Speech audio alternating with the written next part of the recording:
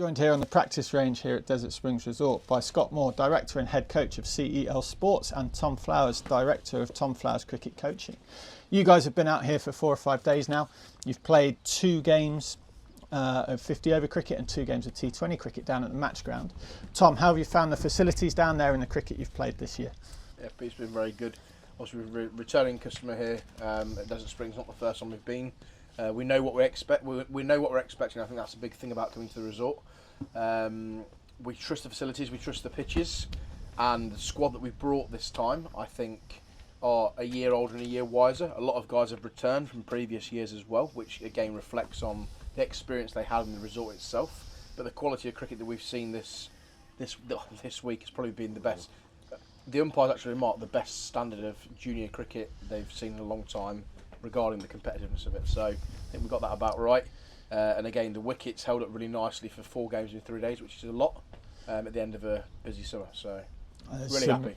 Some fantastic individual performances as well as team performances by the guys. Yeah. Scott, the guys and yourselves have stayed up in our apartments in Las Sierras. How have they found them, and have they been comfortable during their stay? Amazing. We've got a bunch of friends. All at the end of this tour, 24 lads all come over. A lot of them not knowing each other. You put them in rooms where they're rooming with 6 of them at a time. You'll get to know each other. You'll get to learn the responsibilities. The facilities have been great. They've all commented about it's great they've got TV, showers, kitchen facilities, fridge freezer to put the drinks in to make sure they're ready for the next day and things like that. They've been over complimentary about the facilities they've had. No, fantastic. The guys have eaten up at the Crocodile Club. Have they had performance, and have they been full for their stay and enjoyed the food we've had on offer? Yeah, the food as ever is always always really high standard. I think the thing is with the food when we come to Desert Springs, we know that there's a nice variety, but it's also tailored towards the individuals that you've got on the trip. So any dietary requirements are always looked after, but also we know that the kids are going to have enough food and a variety of food over the week. Which when you're pastorally looking after them for the week, that's a real positive, and it sort of means that we can focus on the cricket side of things and allow the food and the catering to take care of itself. So the guys who sort the catering out and the staff that serve it, they're really personable as well. The way they come and check in, is everything okay? Do you need any more? And that's what it's about. Is that if you can tick that box, knowing that is sorted, it's one less thing to have to worry about when you're away on tour with 2 squads of teenagers. So fantastic. The guys have had a bit of a day to relax and explore the resort.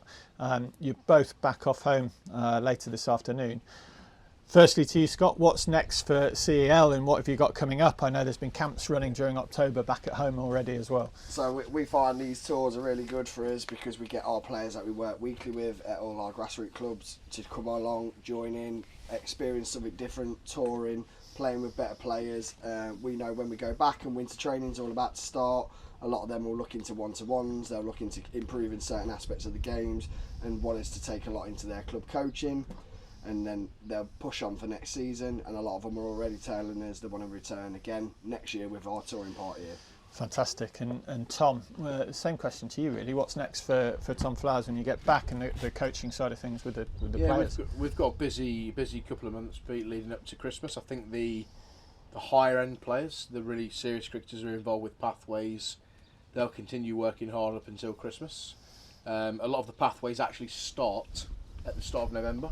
So what someone asked me earlier in the week why this tour really works for us, the timings of it, is that if you think a lot of cricket will finish in September, the guys then have 2 months off.